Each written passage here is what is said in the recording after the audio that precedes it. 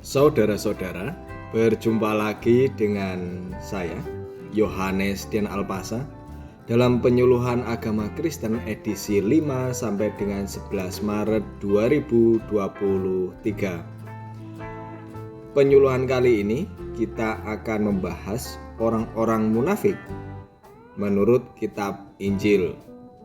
Matius secara khusus menulis tentang orang munafik yang berdiri di rumah-rumah ibadah saat berdoa.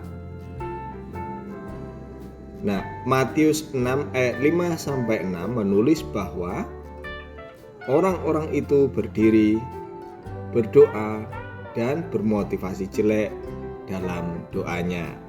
Nah, doa itu tidak tulus, hanya ingin pamer saja di depan orang banyak.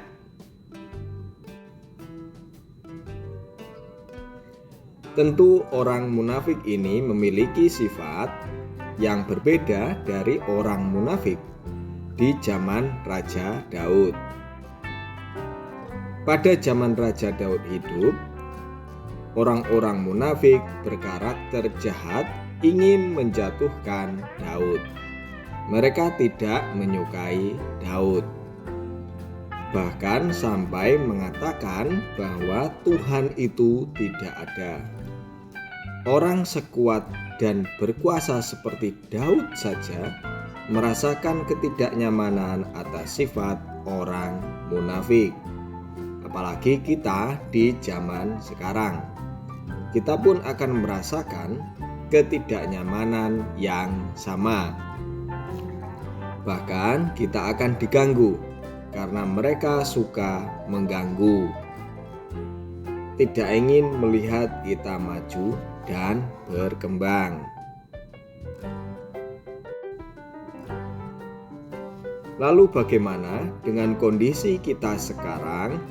Apakah kita juga akan menemui orang-orang munafik? Bagaimana cara menghadapi kemunafikan? Apakah kita berpeluang menjadi munafik? Dalam perikop Matius 6 ayat 5 sampai 6, orang munafik terekspresi dari caranya berdoa, bukan dari sifat dengkinya kepada orang lain. Saudara-saudara, kita tahu bahwa orang-orang kadangkala membutuhkan perhatian. Setiap orang mencari perhatian dengan caranya. Dan kali ini kita lihat betapa orang munafik ingin menunjukkan bahwa dia mampu berdoa. Posisinya tegak, barangkali suaranya keras, dan sajak suaranya bagus. Barangkali juga dia duduk di podium paling depan jemaat, mengucapkan doanya kembali dengan busana yang mencolok.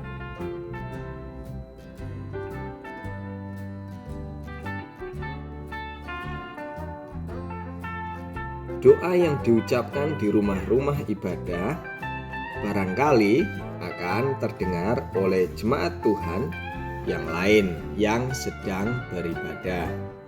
Kita tidak tahu apa yang dia ucapkan. Barangkali Injil Matius tidak memberi perhatian pada substansi doanya. Hanya caranya saja yang beribadah.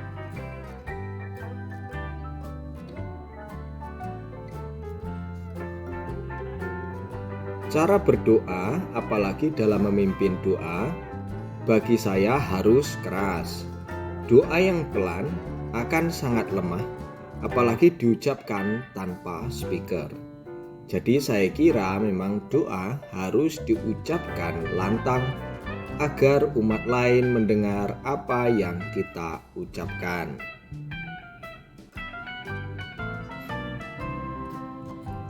Tapi sepertinya kritik dari Matius 6 ini tidak ditujukan kepada orang yang saya maksudkan.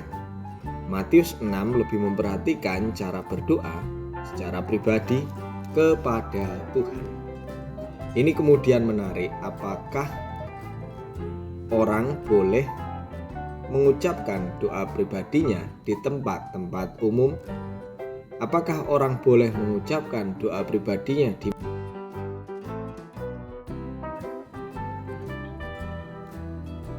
Sebenarnya unsur apa saja yang tidak boleh dalam berdoa menurut Matius 6 ini? Kita melihat bahwa doa pribadi berisi harapan, keluh kesah, beban, kepahitan, dan pengakuan terhadap kebesaran Tuhan. Pengakuan itu juga termasuk dalam betapa rapuhnya kita menghadapi kehidupan. Jadi rumusan pengakuan berdoa adalah mengakui kebesaran Tuhan dan kerapuhan manusia, serta kita dimampukan untuk menghadapi kehidupan karena penyertaan Tuhan.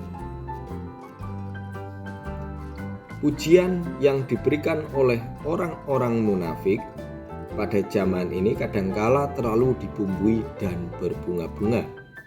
Begitu mudah memuji Tuhan dan menyebut namanya dengan sembarangan, tetapi tidak mampu menghadirkan kuasa Tuhan itu sendiri.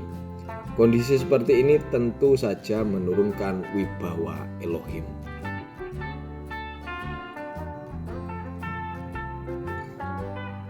Harapan dan keluh kesah hendaknya disampaikan secara tersembunyi, hanya 4 mata saja, di tempat-tempat sunyi atau di dalam kamar. Kalau menurut Matius, doa yang disampaikan tersembunyi akan lebih mudah dan lebih dekat didengar oleh Elohim.